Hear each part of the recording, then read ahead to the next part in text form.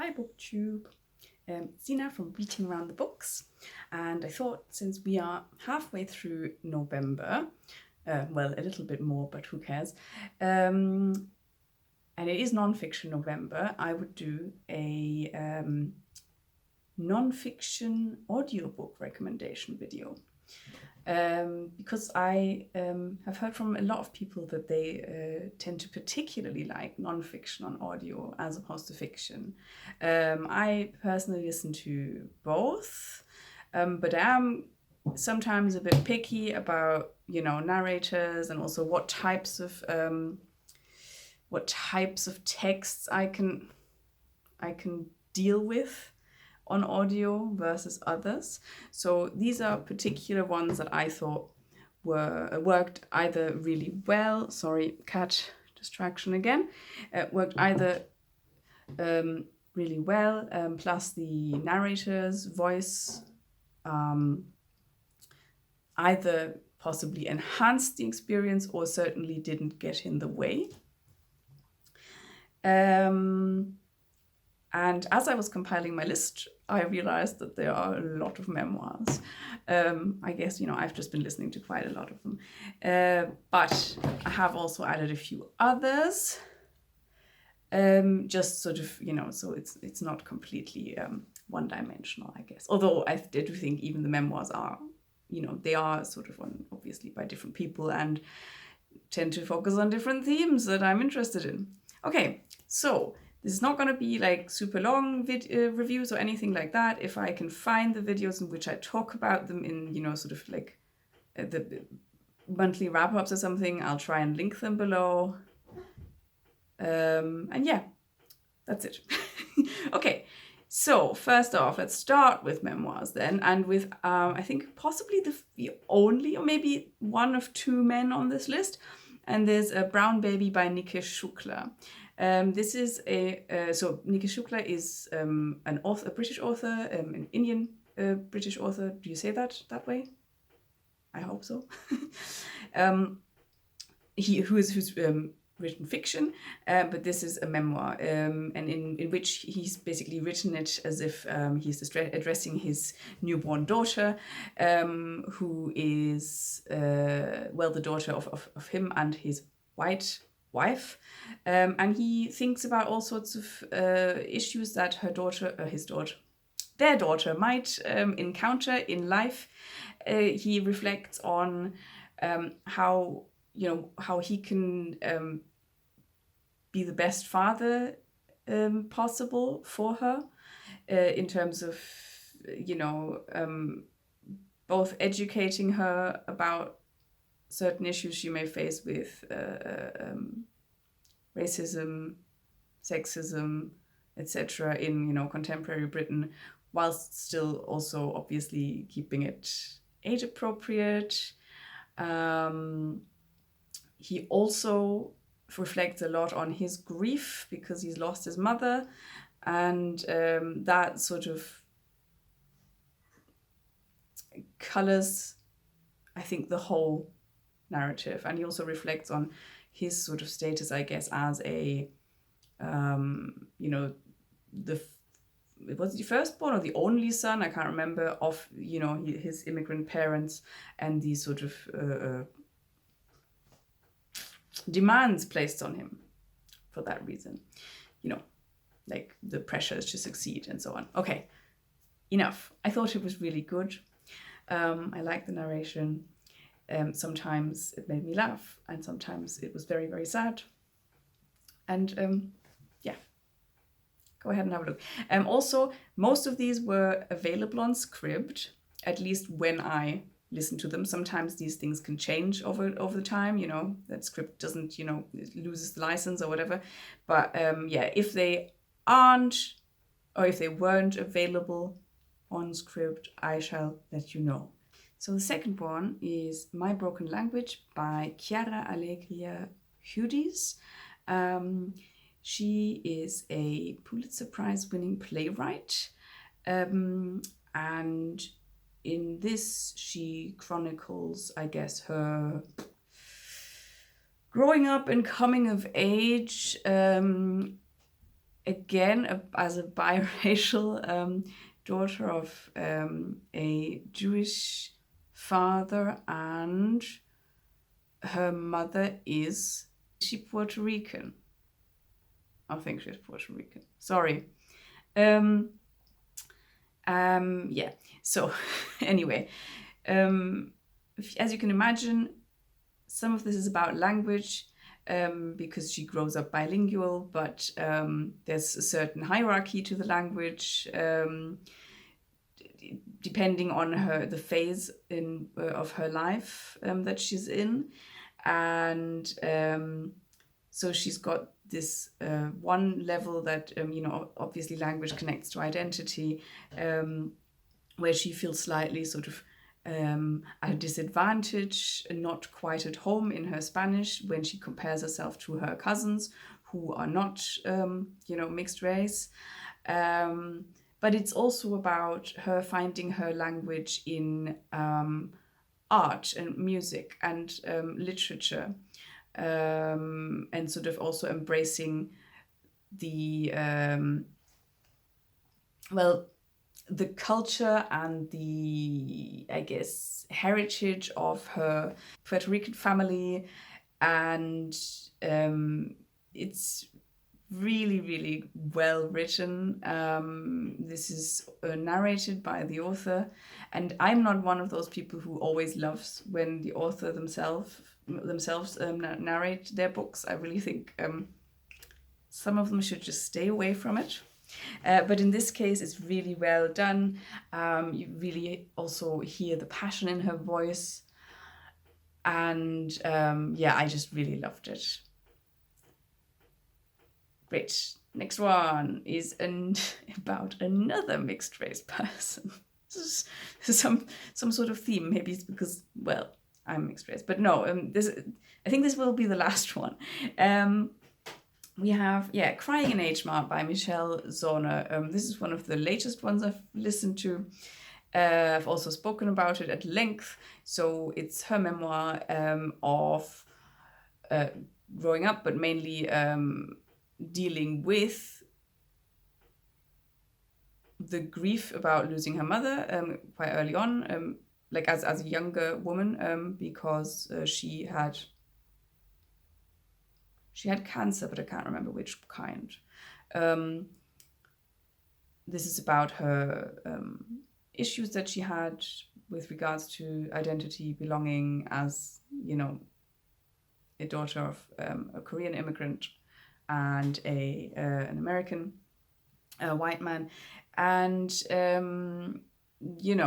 I guess how her relationship to her mother sort of becomes more fraught over time. And then when her mother gets ill, she tries to sort of revert back and tries to be the sort of perfect daughter to try and show how much she loves her. And a lot of it is about grief, but then the other part that's super, that's very much emphasized in a lot of the reviews is the food descriptions. Because food is sort of a really central theme here, and I think she uses food to sort of claim that part of her Korean heritage. And the food descriptions are beautiful, but I also said this in my wrap up, there's a lot of medical stuff in here. And she doesn't really shy away from being quite frank about it. And that is that's not an easy read. So I would caution about that. But I thought it was brilliant. Then the next one is Consent by Vanessa Springora. She's a French writer. And this is her memoir about her experience of being in a completely inappropriate or age inappropriate grooming relationship of sorts, not of sorts, grooming, it's sexual abuse, with a much older man. He was a roughly 50-year-old revered French writer who, he was, I think, going on 50 when he began his relationship with her. And I think she was 13 or 14. So she speaks about, briefly she mentions about how she grew up and I guess also the divorce of her parents and how that sort of had an impact on her and also on her home life. And then she speaks about how she meets this guy and, obviously we see how he manipulates her. But it goes much further than that because at some point she realizes that something is wrong here. She wants to, she breaks up with him. But then he keeps coming after her, trying to influence her and writing her letters, and somehow her mother forwards them to her. So this is also about her mother's complicity in this, but also about society's complicity in this. And she criticizes the special place that French society seems to have put artists into, which she says is rivaled only by Catholic priests, in which as long as they fulfill this role, in this case, the role of an artist, they can break laws with impunity. And because it was kind of an open secret, can you even say an open secret? He even wrote about this in his books. So, long story short, she talks about that. Very, very, a difficult read, but very good. She also talks about the repercussions this had on her in her sort of later teenage life and beyond. And this book made a huge splash in France. And that was the satisfying part about it, I guess. I definitely think it's worth your time if you can stomach it. Okay, next one is Constellations by Sinead Gleason. This is a memoir in essays, which, she touches upon several topics, some of which are, so there's illness and faith and her, starting to doubt her faith, which was also related to her illness. The motherhood, being a woman growing up as a woman and now living as one in Ireland. I think this was beautiful. Her narration is wonderful as well. It's very poignant and touching. And even though a lot of people have already read it, I would wish for more people to do so, or to listen to it, for that matter. Okay, then on the topic of illness, we have Sitting Pretty by Rebecca Taussig, another memoir in essays. So Rebecca Taussig has had, she's a wheelchair user, but she's also got some other chronic illnesses, but I can't remember now exactly which ones. It's not really the most important part. This is about her experiences growing up and navigating the world, in this case in the US, trying to, get access to certain things, be that as a younger person to, participate in, say, some sort of camp activities, and then later on, then, trying to navigate the workspace, trying to work full time when you have a chronic illness. And she not only speaks about her personal experience, but she makes sort of points about, larger points about society's, reluctance to be inclusive in the way that they structure, their cities, in the way that public buildings are, conceptualized, and so on and so forth. And she makes some really interesting points about that, and not only about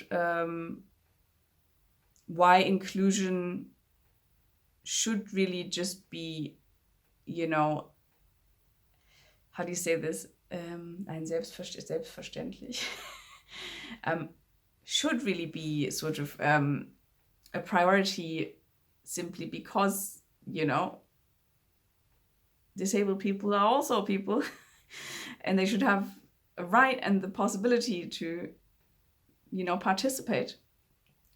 But also she makes a point about how thinking about inclusion and listening to people with disabilities can often lead to improvements for society at large. And she makes some good examples as well. Very sort of easily graspable examples, which I can't. There's one about curbs, like when they're lowered, parts of the curb when they're lowered, they were originally done for wheelchair users or maybe people who use other mobility aids like canes, etc. Then of course it turns out that mothers using prams find them quite helpful too, or sometimes I don't know, cyclists, whatever.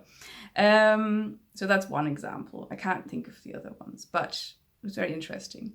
And the next one is also on illness, and it is A Still Life by Josie George. This one is also rather hard hitting. I felt like, of course, anything that talks about illness is not going to be an easy read, but I do feel like of these, probably A Still Life was the most difficult one for me, because she describes her bouts of ill health in such an evocative manner. But this is also very beautifully written. It's very lyrical, very slow, as you might imagine when you look at the title. And even though it's so hard-hitting, it's also really life-affirming. She speaks a lot about how her chronic illness, in a way, forces herself to look within the smaller confines of her life for beauty. I'm not sure I'm making a very good summary here, but it's good. It took me like a whole month to listen to, though, because I really needed breaks in between. This is one that was not on Scribd, just to let you know. Okay, then we are moving away from memoirs finally. The next one is an essay collection by several writers. This is What My Mother and I Don't Talk About. Now, fair enough, this is also kind of memoir-like, I guess, but it's only essays by different writers. This was edited by Michele Filgate. Essay collection, different writers who speak about their relationship with their mother. Some of which are very, very good and loving. Others are fraught, and yet others are completely severed. These obviously vary in style quite a lot because they're all by different authors, and certainly some of these resonated a lot more with me than others. But ultimately, I really love this collection, and the audiobook is really well done. There are, I'm not sure now, but there are at least 3, maybe 4 different narrators. There was one that I wasn't a fan of. Let's say it that way. But, you know, it wasn't that irritating that I couldn't listen to it. And I'm sure, you know, other people might really like it anyway. It was a personal thing. But I do wonder if maybe I would have liked those essays more if they'd been narrated by another person. Who knows? But yeah, very, very good. Made me also, I guess, reconsider some things about my own upbringing. And not that I haven't actually come to any conclusions, but it's made me reconsider things, which I find interesting. Okay. Then, finally, now actually away from memoirs, I think possibly the most recent nonfiction that I've listened to was Pandora's Jar by Natalie Haynes. Natalie Haynes is a well-known British classicist and I think comedian, and author. And in this one, she's also written, what was it? 1,000 Ships, which was a sort of rewriting of the Iliad, but not only the Iliad. But then also other, she uses other sources to expand on the stories. But yeah, and the stories of the women of the Trojan War, I guess. But anyway, this one, however, is, well, I mean, it's difficult to call it nonfiction because it's still about myth, but it is nonfiction in the sense that she looks at different women from Greek myth and their portrayal in different versions of the myth. She makes clear, first of all, that there's generally, you can't really talk about, you know, what is the original version of a myth. We can only talk about, okay, this is the earliest one we found. But you know, before they were written down, first of all, there may have been other written versions that are not, you know, available to us anymore, that are not extant. Is that the word? Extant? Anyway, and plus, of course, these, you know, used to be oral traditions. So she discusses different versions of different women in ancient myth, beginning with Pandora, but not limited to her. There are quite a lot of very interesting figures here. She also sometimes, to an extent, discusses how that image is still, you know, how that image is now sort of instilled within our contemporary cultural understanding.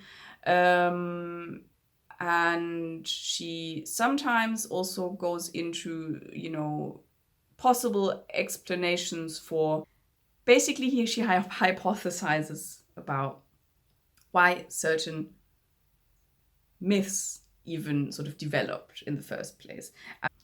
I thought this was incredibly interesting. In a way, I think I may have even liked this more than her rewriting there. I mean, she's done more than that, but I haven't read those. But I read 1,000 Ships, and I think this nonfiction might actually be better suited to what she's trying to do. Anyway, this is whatever, beside the point. I personally enjoyed it more.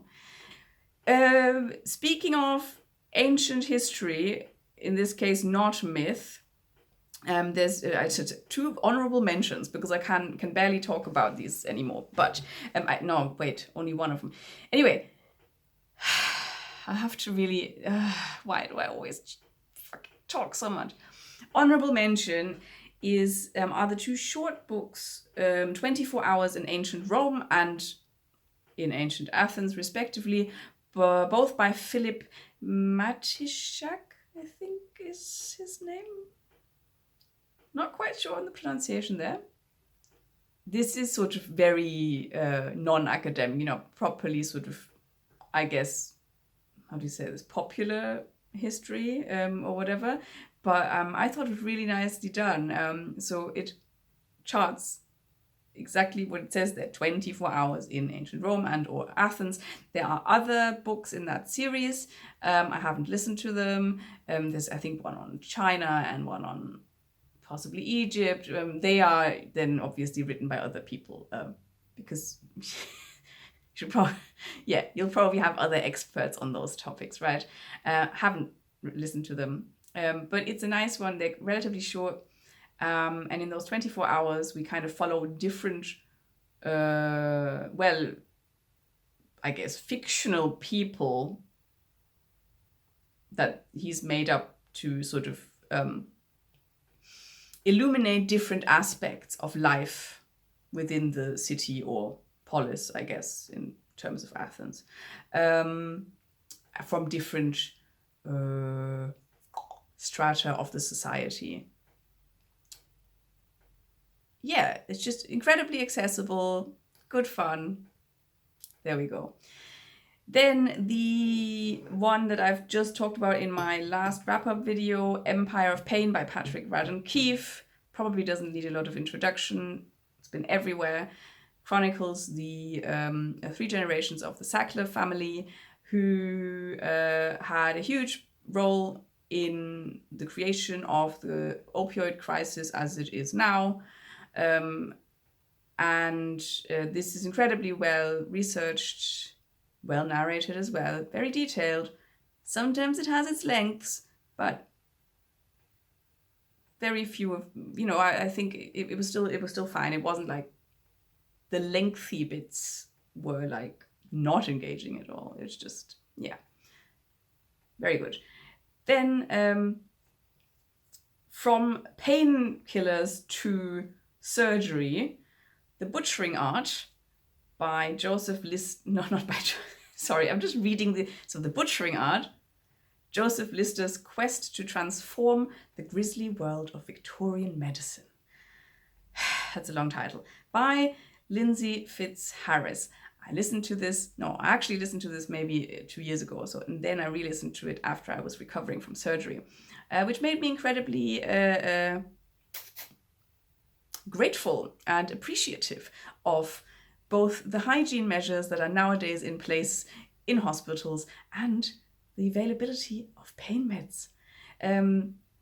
So this does what it says on the tin. This is a biography of Joseph Lister, and it speaks, it shows sort of the tremendous contributions his research made in terms of hygiene standards in hospitals, and also the opposing forces he had to contend with as he was trying to push his view forward and trying to establish better hygiene standards in the places he was working at, and so on. Because he was working at a time when people still didn't necessarily believe in bacteria. It's very good. There are also some rather funny bits. I know that sounds weird, but there's a few really funny anecdotes in there. And otherwise, it's obviously quite grisly too, as the title suggests. You'll definitely appreciate modern medicine. Then, because I don't know why, I just made these sort of flow from one topic to the next. Another one that also concerns medicine but not historical is Gut, the Inside Story of Our Body's Most Underrated Organ by Giulia Enders. This was originally a German book. It was called in German Darm mit Charme. Can't remember the subtitle. Giulia Enders is a medical doctor. She got relatively famous, in relative terms, in Germany for her contribution to a science slam in which she talks about the gut. And then she wrote this whole book about it.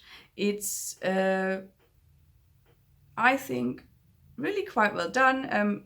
To sort of very accessible, it's done very accessible, but still not, it doesn't feel like it's dumbed down to the point where you're not going to get anything out of it if you have some familiarity with biology or medicine. And she speaks about certain studies, she has different, it's obviously different chapters, and she talks about the microbiome, but also she talks about the gut's role in terms of mental health, and how there is sort of, you have this, I can't remember what it's called, but basically you have a whole separate nervous system down there that rivals the brain in its complexity and in its far reach, there we go, in the body. And yeah, I thought this was great. I'm a bit confused why I didn't listen to this earlier, because I knew of her for quite a while already, because I think this was possibly published in 2014. I don't know when the translation was published. Oh, sorry, I failed to mention, I think, so this one, I think the ebook is available on Scribd, but the audiobook, no. Oh, and the Butchering Art, I think, also isn't. Anyway, I'm sorry. I'm gonna put like little asterisks next to the ones that are available on Scribd. Also, I guess I should mention that this also depends on which country you're in. Like, I remember Sean the Book Maniac once, giving me false hope about Big Girl, Small Town being available on Scribd, but it wasn't where I live, so it could vary. By the way, I'm not sponsored by Scribd. It's terrible, but I just wanted to let you know, if you are a subscriber to it, you could get a lot of these without having to buy the audiobook. So, and if you're interested in getting a free trial, you can use the referral link down there. You'll get like twice as long of a free trial period, which is 60 days instead of 30, and I will get a free month. So win-win. Okay, this is me stopping now talking about Scribd, and let like one last honorable mention, which is not an audiobook, but it is a podcast that I've just recently discovered, and this also is linked to medicine. It's the Huberman Lab podcast. I think they also have a YouTube channel. They've mentioned that. Should probably check it out. Anyway, Huberman is a neurobiologist, and I think also an MD, but I might be mistaken. He is a professor at Stanford University, and this podcast, talks about all sorts of things to do with the brain. I haven't listened to that many because they're very, very long, but they're very conveniently time-stamped. But one of them was on dopamine and time perception. Then there's another one on dopamine, sort of like the dopamine masterclass, as he called it. It was like, okay, what does dopamine actually do? What are the misconceptions? What actually happens when, and, I guess, how addiction works and what you should do to try and continue to enjoy an activity that you are engaging in. All that sort of thing. There's some on sleep. There's some on ADHD, which obviously also is linked to dopamine. All sorts. I have not even scratched the surface yet, but I thought it was absolutely fantastic. Again, not dumbing it down too much, but also not incredibly academic in a way that would make it inaccessible. So I think the perfect mix. And like I said, very heavily time-stamped. So if you're not interested in the whole thing, you can go through and just go, okay, I'm going to listen to this part, which I think is fantastic. Yeah, that is it. I have been talking for way longer than I thought I would. Let me know if you have any favorites for nonfiction on audio, or if you have listened to any of these or plan to. And I hope you have a lovely rest of nonfiction November. Speak to you soon. Bye-bye.